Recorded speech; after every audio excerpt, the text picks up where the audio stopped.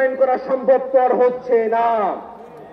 আমরা স্পষ্ট করে বলতে চাই, বাংলাদেশকে যদি নতুন কাঠামোতে পরিচালিত করতে হয়, অবশ্যই পিআর পদ্ধতির বাস্তবতা নিয়ে আমাদের সকলকে গভীরভাবে ভাবনা করতে হবে, বাস্তবায়নের পথ আমাদেরকে অন্বেষণ করতে হবে।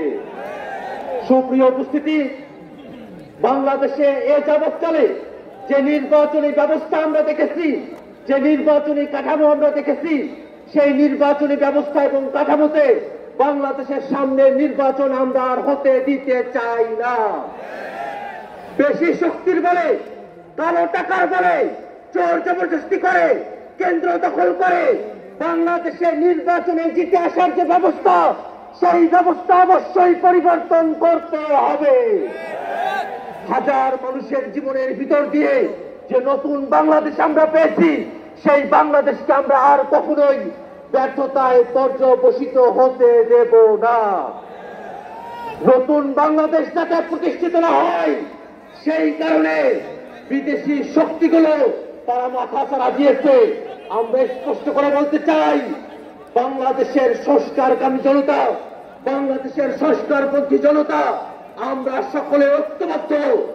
বিদেশি হোক, দেশি হোক, কোন শক্তি বাংলাদেশের সংস্কারের আন্দোলনকে দাবায়ে রাখতে পারবে না।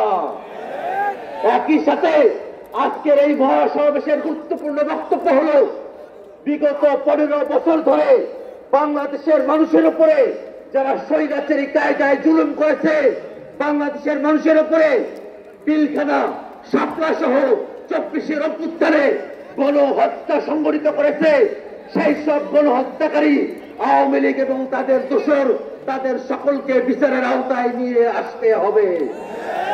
সম্মানিত উপস্থিতি, বাংলাদেশের সংস্কার এবং বিচারের মধ্য দিয়ে নতুন বাংলাদেশ প্রতিষ্ঠিত হবে। সেই বাংলাদেশ প্রতিষ্ঠায় বাংলাদেশের সকল মুক্তিকামী জনতা ঐক্যবদ্ধ ভূমিকা পালন করবে, এই আশাবাদ ব্যক্ত করে আমি আমার সংক্ষিপ্ত বক্তব্য এখানে শেষ করছি। আসসালামু আলাইকুম ওয়া রাহমাতুল্লাহ।